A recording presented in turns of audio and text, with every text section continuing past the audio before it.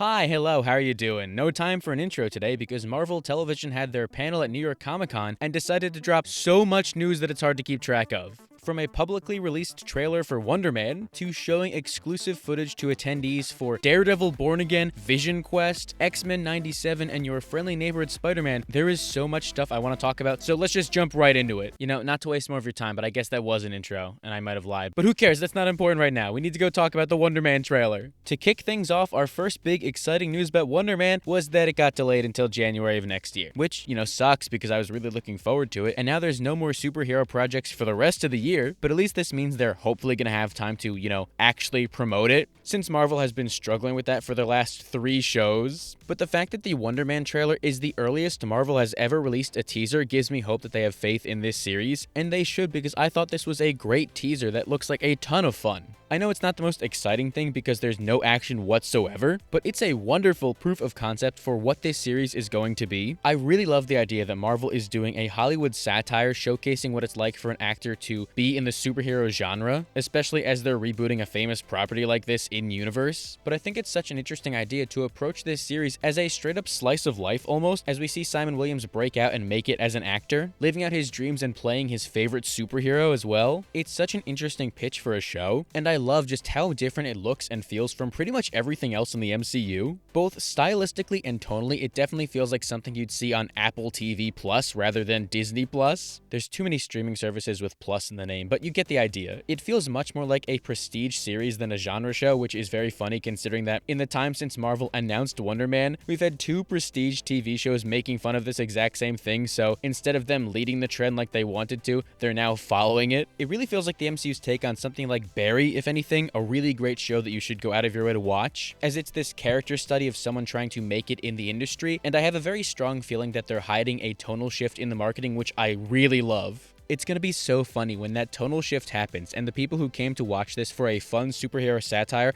are blindsided with the horrors, which I'm sure we can expect considering the fact that his brother, the Grim Reaper, is going to appear in this show, and the previous footage we saw this a lifetime ago showed Simon screaming and going through the most torturous agony possible, so I cannot wait for that other shoe to drop. But what's going to set Wonder Man apart from something like the studio is that instead of picking it apart piece by piece, it's going to be a love letter to the idea of acting and the superhero genre as a whole, which I'm really looking forward to. Especially considering the fact that just from this short teaser alone, you can really tell they care about what they're making and they're going the extra mile to commit to the bit fully. The marketing campaign is already one of their best, as they had Yahya at the Fantastic Four First Steps premiere in character as Simon Williams, which was a great touch to really go the extra mile and sell this character in universe. I grew up a really big fan of Wonder Man, a really big fan of comics. It was actually the first movie that I saw in the theaters with my father. And then Marvel had discussing film drop an in-universe interview clip hours before the teaser released. I really love the commitment to the bit in trying to basically gaslight audiences into thinking that there was an actual 80s Wonder Man movie that looked like this. And it especially helps that they shot an actual old school Wonder Man B movie, which looks incredible, by the way. Not only in the way that it visually looks akin to something like Power Rangers, filming it in a rock quarry and everything, but that old school campy vibe is perfect and really goes a long way in making Wonder Man feel important, which is great for a character that not many people knew of before the announcement, or probably this trailer today, honestly. If Marvel knows ball, they would release an entire fake movie ahead of the show's release to build hype. I would kill to see that. But here's the thing. For as much as I do like this trailer, I would be a fool to not acknowledge the AI controversy surrounding this art they've been using in the promotional material. The longer you look at it, the more you can tell something is clearly wrong with it, and it seems like, according to someone at Comic-Con, the art was hand-drawn by an artist and then they used an AI filter to give it that vintage tone. And I don't love that, but I would like to know more about what kind of AI filter they actually did use, because there's a very big difference between normal Photoshop filters and generative AI filters. I mean, take one look at the lines and it seems generative to me, so you could have got an artist who knows what they're doing to replicate that visual style, instead of just slapping a filter on some art to make it look worse and use so much water in the process that some family of 4 isn't gonna have clean drinking water. Thankfully, the rest of the trailer is man-made and washes the sour taste that art left in my mouth, because I really adore the overall premise of this show tackling the idea of superhero fatigue. Literally one of the first things we hear in the trailer is that fake director talk about how nobody wants to see superheroes anymore, and I think it's such a bold swing of Marvel to address that head on and basically make a show that acts as a reminder for why these stories are so beloved in the first place, and that's due to inspired artists with passion and care to elevate the material. It seems like Simon's genuine interest in playing Wonder Man, due to the connection he had with him as a kid, is going to tell that story, which could be a really impactful and sincere commentary on the superhero genre as a whole. I really vibe with the idea of Simon falling in love with this character as a kid and then being determined to bring this vision to life once again, in spite of how messy the studio system can be. For example, I'm pretty sure at one point you see a slate saying that he's starring in a movie called Cash Grab 2, which is hilarious. I'm very glad they're not shying away from the overall Hollywood satire and just leaning hard into it, but I am really curious to see if this show explores the idea of race swapping. Wonder Man was as white as Wonder Bread in the comics, so having Yahya play him in this show is a big change, but one that I wholeheartedly embrace because his race isn't exactly important to his character in the comics. And I think that by looking at it through this lens, you can make it feel really important as they address that idea head on and show why representation matters in the superhero genre in a story that directly shows you the benefits of it. I love the idea of Marvel doubling down on it and telling this story about a kid who saw himself in this character and wants to do nothing more than do him justice in this reboot, so that millions of other kids that look like him and even people that don't look like him can see themselves in him now. But not like seeing themselves in him in like a weird way or anything. I don't know why I'm going on this tangent. Let's just move on and address the fact that they got Simon hanging out with 2 terrorists in this show. Not only is Trevor Slattery making his return from Iron Man 3 and Shang-Chi and the Legend of the Ten Rings, which I always welcome, Ben Kingsley is such a charming actor, and I think it's so funny that a character who everybody thought was going to be the Mandarin at one point is now a supporting actor in a Wonder Man series. It's one of those things I love about the MCU and a great use of interconnectivity because, yeah, obviously Trevor Slattery would still be an actor now that he's been freed from the Ten Rings. And my favorite moment in this entire trailer is when the casting department asked, "What have I seen him in?" And she just leans over and says, "I think he was a terrorist before." Absolutely perfect joke, no notes. And then, he's hanging out with another terrorist and the guy who played Vasil Gurkos in Superman, which, I mean, you can't prepare for something like that. There is nothing that would have had me ready to see Vasil Gurkos, a guy who I will only see as a stand-in for an actual real-world war criminal, now just casually here directing a movie in Wonder Man. Honestly, such a hilarious coincidence, and what a great year for this guy. Alright, before we move on from Wonder Man, I want to give a crackpot theory I had because I do think there's potential this could be the direction the show takes, and I want the credit for getting it right. Simon is clearly obsessed with the idea of playing Wonder Man. He can't stop thinking about it. I predict that he's going to be so consumed by this thought, he's going to go out of his way to get his ionic powers from the comics just to fit the role better and lower CGI costs. Because what studio is going to turn down someone who can do that? Not only would it be a really funny bit and origin for this character, because you can't really do the experiments with Zemo in the comics, but it still keeps him as a morally ambiguous character who is willing to do anything to get the part, which I think is very important considering the fact that in the comics, Wonder Man started out as a villain. He was part of the Masters of Evil and feuded with the Avengers for a bit, and because of that, I think it would be really interesting to start him out as someone who is willing to break the law just to get this role. And maybe that's where the horrors come in and we get that tonal shift I mentioned earlier. Will I be correct? Probably not, knowing my track record, but I needed to get that idea out of my system because I think it would be a great way to introduce this character in the MCU. Alright, that brings us to the next biggest part of this panel, Daredevil Born Again Season 2. If you know anything about me, I am so beyond excited to see how they follow up on that first season, especially considering the fact that the new creative team is going to be working on it from the beginning. So my excitement level is through the roof, and because of that, it's actually so sick and twisted that there are people out there who have seen the Born Again Season 2 trailer, and I'm not one of them. I don't care if something good happened to you, it should have been me. That being said, I do think it is hilarious that Kristen Ritter herself reposted a fan recording a brief snippet of the trailer online, so that is greatly appreciated. Thank you for your hard work, Kristen. And shout out to Kel on Twitter who gave us the most in-depth trailer description I've seen, and I'm going to be going off of for my brief analysis here, starting with the fact that Karen and Matt are fully a couple again, as they're seen kissing and dancing in this footage. Not what I was expecting right away at the start of the season, but I am here for it. I think that both of them have great chemistry together, and considering the fact that Matt Murdock is a total man whore, before, he was probably just itching to get with someone again the second Heather broke up with him by,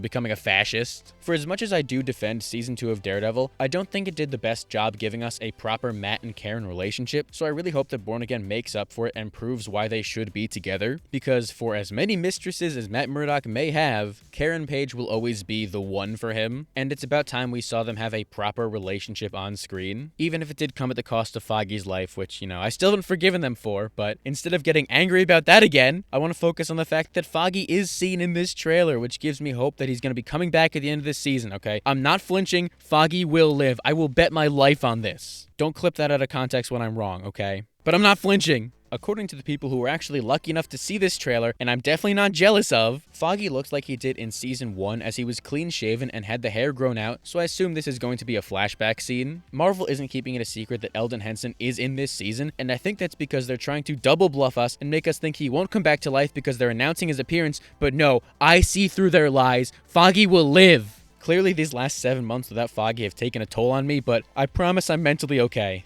Sometimes. It's all that son of a bitch Bullseye's fault, but hey, at least he's having the time of his life in this trailer because apparently there's a scene where Dex is going to get a milkshake, and you know what? I love that for him. It's great to see that they're giving Dex more of his whimsy from the comics because despite the fact that he is ruthlessly sadistic, he's also one of the funniest villains in all of Marvel, and I'm glad they're leading more into that here. And probably the most important news you're gonna hear this entire video is the fact that he was drinking a vanilla milkshake with a cherry on top.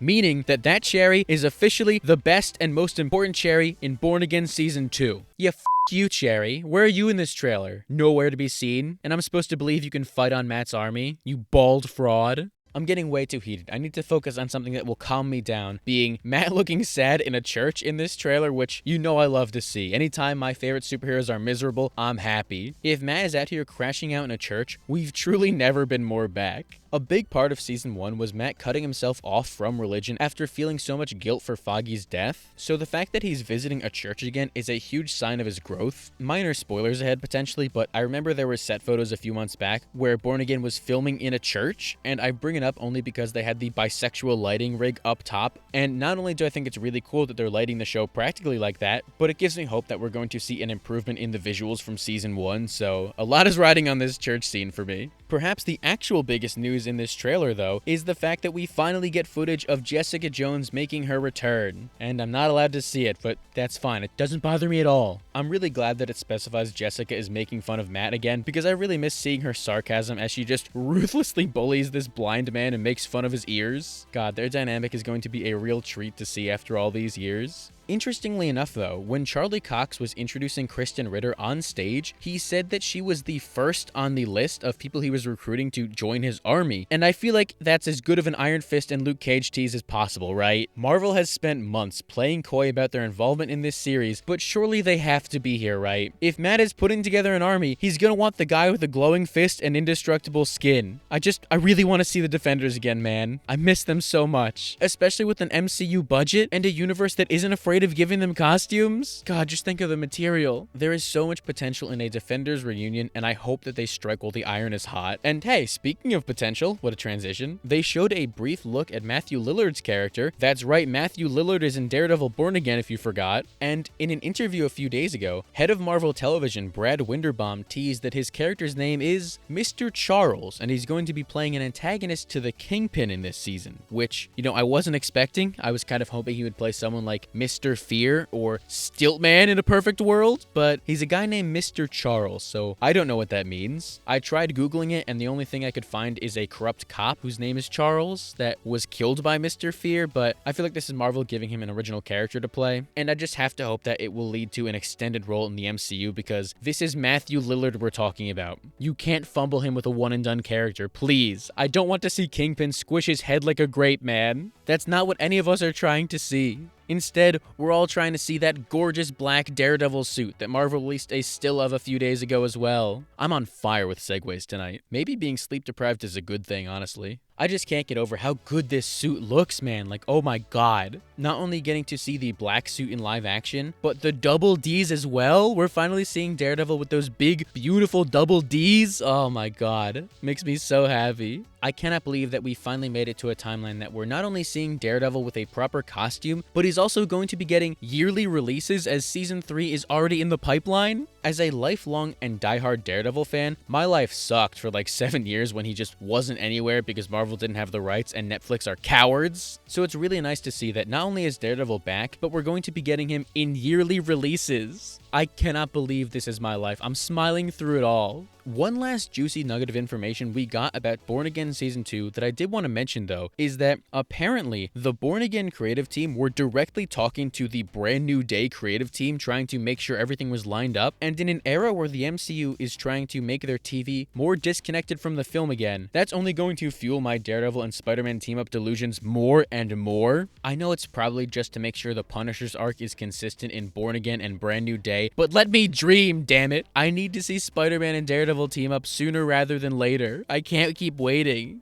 And it's not like we're gonna see him show up anywhere else anytime soon, right? Let's go! That's what I'm talking about! In your friendly neighborhood Spider-Man we trust. If I could just talk about that for a brief moment, because Marvel did confirm Your Friendly Neighborhood Spider-Man Season 2 will release in fall 2026, which I think is great to hear that we're getting another show with yearly seasons. It only took them 5 years, but Marvel is finally figuring out how to do this whole TV thing. And also, the fact that we're getting a Spider-Man movie and a Spider-Man show dropping in the same year again is so sick, dude. We have never been more back. I know Spider-Man fans have the kind of greed they talk about in the Bible, but I don't care. I'm happy to see him. Most importantly, Daredevil will be appearing in Your Friendly Neighborhood Spider-Man Season 2 and in his red suit. Even if we're not going to see it in live action for a little bit, we're not leaving empty-handed because Your Friendly Neighborhood Spider-Man has us covered with that Daredevil and Spider-Man team-up. I know it was pretty much a given that he would return again, considering that we saw him in the finale, but it's just nice to have that official confirmation. Also, I guess they also confirmed that Venom is going to appear in that second season as well, but I have no clue how that's going to work, especially with all the symbiote lore they've already set up in this universe. Hopefully it leads to an Eddie Brock adaptation. That would be nice, but I got no clue what's going on, so I'm going to go back to focusing on Daredevil because us Daredevil fans have never been better. We are eating so good. I used to pray for times like this. Okay, now quickly moving on before I get sucked into a vortex only talking about Daredevil for the rest of my life, Marvel actually remembered VisionQuest exists. This is the first time they have ever mentioned it on a panel, despite this show being announced years ago and having wrapped filming months ago. Honestly hilarious that they filmed an entire show in secret from the general public and only just now made it official. But what's not hilarious is that these cowards refused to release any footage and nobody wanted to take one for the team and leak it this time. At least we did get another scene description and the entire cast confirmed by Marvel themselves, which is more than enough for me to speculate off of. From the trailer description, apparently, VisionQuest has Vision with no makeup in a surreal house. Stark Industries is there, Jarvis from Agent Carter, Friday is a person, Edith crashes through the skylight, all of this happening inside the Vision's head, as Ultron tells him, "You're a ghost haunting your footsteps." A lot to break down, but I really love how trippy this show sounds. I'm already sold on the idea of the White Vision trying to piece someone else's life together and learn emotions to process these things and feel whole again. They're setting him up for a really interesting character arc and what could be some really topical points about AI, which is needed now more than ever, especially for Marvel themselves apparently. The fact that he's joined by pretty much every other AI in the MCU, but in human form, is crazy. Obviously, it's an easy way for them to cut down costs, which I get, but it's a very fun and cerebral way to explore these concepts. Let me run down who's been confirmed for the cast so far. We have Henry Lewis as Dummy, Tony Stark's pathetic little robot he built, so already the best show of next year. Also, we have Jonathan Sayer as You, who was a 2-for-1 with Dummy. They come together. It's Dummy and You. Don't worry, I had to Google that one too. I was very confused, but they're basically a pair of Tony's robots. We have Orla Brady as Friday, Emily Hampshire as Edith, James Spader making his grand return as Ultron after all these years, which is going to be incredible. There is so much untapped potential they didn't strike with Ultron, so I'm very glad that they've finally come to their senses and brought him back. It only took him like 10 years, a tease in Spider-Man Homecoming, and whatever happened on that cruise ship. But my favorite addition to this cast is none other than James D'Arcy returning from Agent Carter and Avengers Endgame as the original human Jarvis. Us OG Marvel TV enjoyers don't get many wins nowadays. They still refuse to canonize Agents of S.H.I.E.L.D., but man, it's so nice that Marvel has openly embraced James D'Arcy's Jarvis because I think he is such a great inclusion for this series and I cannot wait to see him again. Especially now that Marvel is giving Vision and Jarvis two separate personifications after they were merged together in Age of Ultron. It's going to be really surreal seeing those two interact, and it's going to be fascinating to see what kind of bond they have. I know it's not going to happen, and I'm going to try not to get my hopes up, but I am praying we get an Ada reference from Agents of S.H.I.E.L.D. in this show. There have been so many rumors that VisionQuest is going to connect to Agents of S.H.I.E.L.D. in some way, and I know I've been burned many times before, but if they mention Ada, I will jump out of my seat and start screaming. Okay, I need this to become canonized.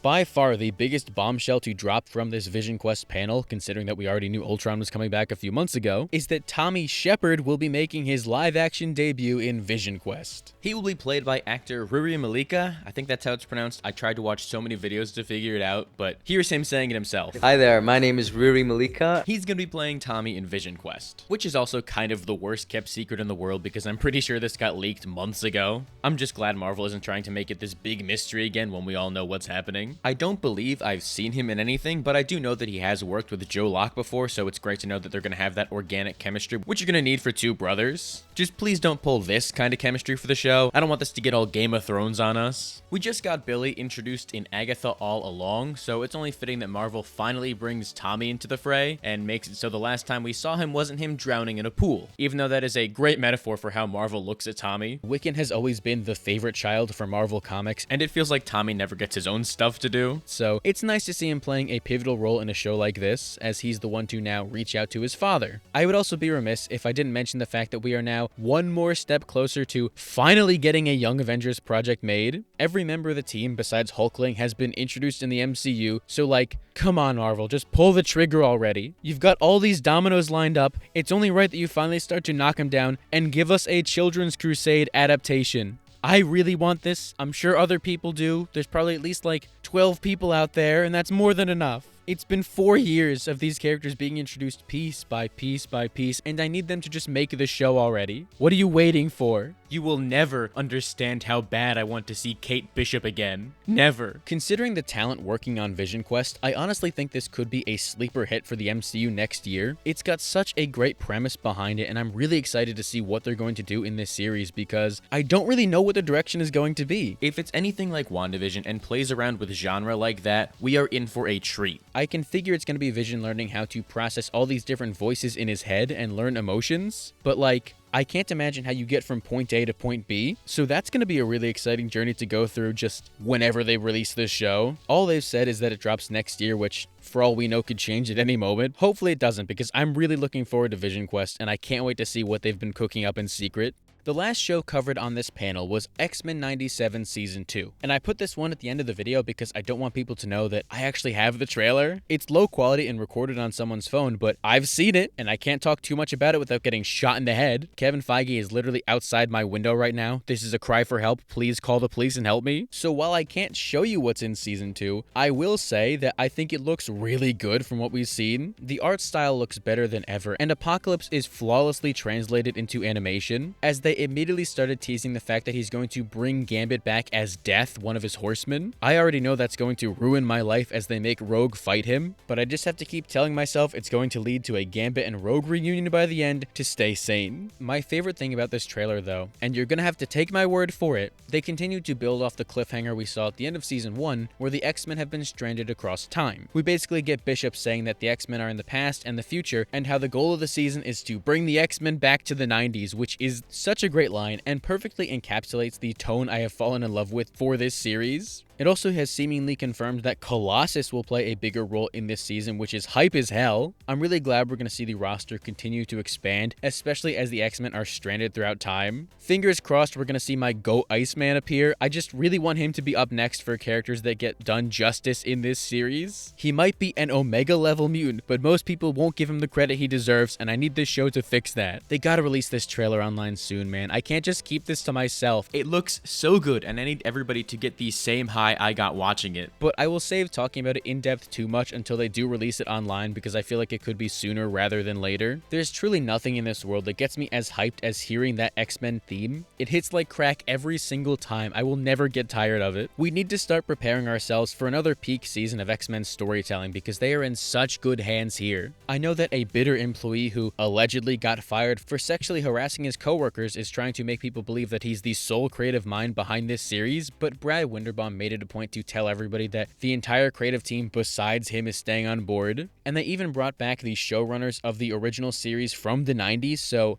I think this show is in great hands, and I am beyond excited to see the best X-Men adaptation of all time continue. Whew, God, I can take a sigh of relief now that I have finally covered everything on this panel. Marvel really loves to go from barely giving us any news to dropping it all at once, and as overwhelming as it may be, I love days like today because it means I can just indulge in all this MCU goodness that keeps me going. While the film slate next year is a little less than usual as it's only Brand New Day and Doomsday, Marvel Television is still on a roll as we have so many exciting shows to look forward to, and I am just over the moon, and I cannot wait for next year to come. Actually, no, I can wait a little bit. I don't want it to be 2026 yet. I'm still in like April 2025 in my head right now, so I can't really get around the fact that I'm already talking about 2026, truly. Now, if you'll excuse me, I need to go steal all the replica props and costumes on display before New York Comic Con ends, and then maybe I'll finally sleep. It's like 2 a.m. now, man. I'm so tired. I spent all day editing the Peacemaker review, only for Marvel to drop all this news, so I've been working around the clock, but that's not something I'm ever going to complain about because I am grateful that we have all this amazing superhero stuff to look forward to. But why don't you let me know down below your thoughts on all this insane MCU news coming out of New York Comic Con? I would genuinely love to hear what everyone has to say and continue the conversation down below. And while you're at it, make sure to give this video a like and subscribe so you don't miss the next one. Low-key, if you do it, I'll give you the X-Men 97 trailer. Just don't let anyone else know, okay? This will be our little secret as long as you subscribe.